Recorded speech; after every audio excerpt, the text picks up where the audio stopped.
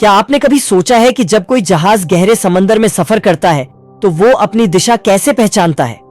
चारों तरफ बस पानी ही पानी, कोई सड़क नहीं, कोई सिग्नल नहीं और न ही कोई ट्रैफिक लाइट।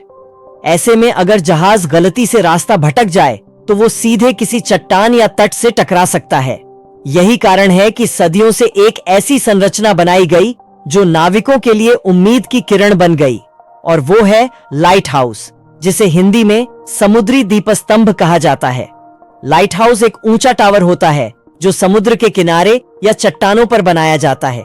इसका काम है जहाजों को रास्ता दिखाना और उन्हें खतरनाक जगहों जैसे कि चट्टानों या उथले पानी से दूर रखना। जब रात होती है या तूफान आता है तब यही लाइट हाउस अपनी तेज रोशनी से मीलों दूर तक चमकता है और जहाज को संकेत देता है कि सुरक्षित रास्ता किधर है।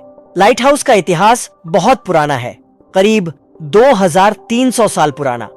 दुनिया का सबसे पहला लाइट हाउस था फेरोस ऑफ अलेक्जेंड्रिया, जो मिस्र में 280 ईसा पूर्व के आसपास बनाया गया था। इसकी ऊंचाई करीब 130 मीटर थी, जो उस समय के लिए एक इंजीनियरिंग चमत्कार थी। इस लाइट हाउस को इतना महत्वपूर्ण माना गया कि इसे दुनिया के 7 अजूबों में शामिल किया गया। कहा जाता है कि इस लाइट हाउस की रोशनी 50 किलोमीटर दूर से भी दिखाई देती थी और यह सैकड़ों सालों तक काम करता रहा। समय के साथ भूकंपों और युद्धों में वो लाइट हाउस नष्ट हो गया, लेकिन उसने जो नींव रखी उसने आने वाले हजारों सालों तक नाविकों की जिंदगियां बचाई। उसके बाद दुनिया भर में अलग अलग तटों पर लाइट हाउस बनने लगे। भारत में भी लाइट हाउसों का इतिहास ब्रिटिश शासन के दौरान शुरू हुआ। जब भारत में समुद्री व्यापार बढ़ा तब ब्रिटिश सरकार ने तटीय इलाकों में कई लाइट हाउस बनाए, जैसे महाबलीपुरम लाइट हाउस जो तमिलनाडु है, दूसरा है द्वारका लाइट हाउस जो गुजरात में है, तीसरा है अलेपे लाइट हाउस जो केरल में है, और पांचवा है मिनिकॉय लाइट हाउस जो लक्षद्वीप है। कई लाइट हाउस आज भी काम कर रहे हैं और भारत के समुद्री इतिहास के साक्षी हैं। अब सवाल आता है, लाइट हाउस आखिर काम कैसे करता है? असल में इसका सिद्धांत बहुत सरल है, लेकिन तकनीक बहुत शानदार।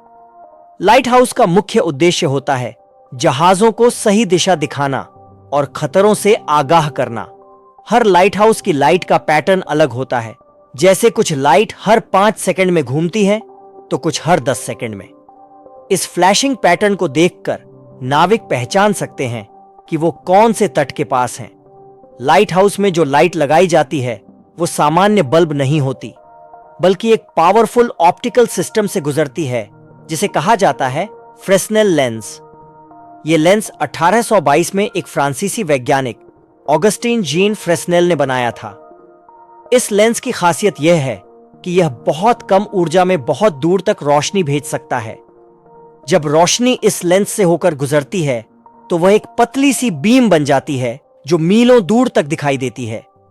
एक अच्छा लाइट हाउस लगभग 40 किलोमीटर दूर तक साफ दिख सकता है। पुराने समय में इसकी रोशनी तेल या गैस के दियों से बनाई जाती थी, फिर बाद में केरोसिन लैंप्स आए और आज के आधुनिक लाइट हाउस एलईडी और सोलर एनर्जी से चलते हैं। रोशनी के साथ साथ कुछ लाइट हाउसों में एक और सिस्टम होता है, फॉग हॉर्न सिस्टम। जब मौसम बहुत खराब होता है या घना कोहरा छा जाता है तब यह हॉर्न एक तेज आवाज निकालता है ताकि जहाज ध्वनि के सहारे अपनी दिशा पहचान सकें। अब अगर हम लाइट हाउस के अंदर झांकें तो पाएंगे कि यह केवल एक टावर नहीं बल्कि एक जटिल प्रणाली है। इसके सबसे ऊपर होता है लैंटर्न रूम, जहां लाइट और लेंस लगाए जाते हैं। उसके नीचे होती है वॉच रूम, जहां से लाइट हाउस कीपर सिस्टम पर नजर रखता है। पुराने समय में हर लाइट हाउस में 1 या 2 कीपर रहते थे। उनका काम बहुत कठिन और अकेलापन भरा होता था। लाइट हाउस कीपर का काम था लाइट को चालू बंद करना, लेंस की सफाई करना, तेल भरना और मौसम का रिकॉर्ड रखना। कई बार ऐसा होता था कि लाइट हाउस किसी दूर के द्वीप पर होता था जहां महीनों तक कोई इंसान नहीं पहुंच पाता था। कीपर को वहीं रहना पड़ता था, बिना किसी के संपर्क के, सिर्फ समंदर की लहरों की आवाज और तेज हवाओं के बीच। तूफानों में उन्हें जान जोखिम में डालकर भी लाइट चालू रखनी पड़ती थी। यही वजह है कि इन्हें साइलेंट हीरो ऑफ द सी कहा जाता है। आज के समय में ज्यादातर लाइट हाउस ऑटोमेटेड हो चुके हैं अब इन्हें दूर से नियंत्रित किया जाता है। भारत में सभी लाइट हाउसों का संचालन और रखरखाव directorate general of light houses and light ships DGLL करता है। ये संस्था पूरे भारत में तटीय सुरक्षा सुनिश्चित करती है।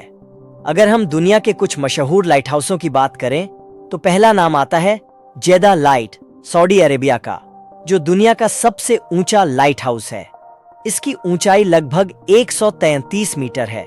दूसरा है हुक लाइट हाउस, आयरलैंड, जो लगभग 800 साल पुराना है और आज भी काम करता है। Peggy's Cove lighthouse, Canada, को दुनिया के सबसे खूबसूरत लाइट हाउसों में गिना जाता है, जहां हर साल लाखों टूरिस्ट आते हैं। लेकिन हर लाइट हाउस सिर्फ सुंदरता और विज्ञान का प्रतीक नहीं होता। कुछ के पीछे रहस्य और डरावनी कहानियां भी छिपी हैं। 1900 में स्कॉटलैंड के फ्लानन आइल्स लाइट हाउस में एक ऐसी घटना हुई जिसने दुनिया को हैरान कर दिया। उस लाइट हाउस में 3 कीपर रहते थे, लेकिन एक दिन अचानक तीनों गायब हो गए। दरवाजे अंदर से बंद थे, खाना टेबल पर रखा था, लाइट चालू थी, लेकिन तीनों आदमी कहीं नहीं मिले। न कोई सुराग मिला, न शव, कुछ भी नहीं। आज तक ये रहस्य बना हुआ है कि उनके साथ क्या हुआ था। कुछ लोग कहते हैं कि वो तूफान में बह गए, कुछ कहते हैं कि यह एक पैरानॉर्मल घटना थी। आज भी कई लाइट हाउसों को हॉन्टेड लाइट हाउस कहा जाता है। अब सवाल उठता है, जब आज के समय में हर जहाज में GPS, रडार और सैटेलाइट नेविगेशन जैसी आधुनिक तकनीक मौजूद है, तो क्या लाइट हाउस की जरूरत अब भी है?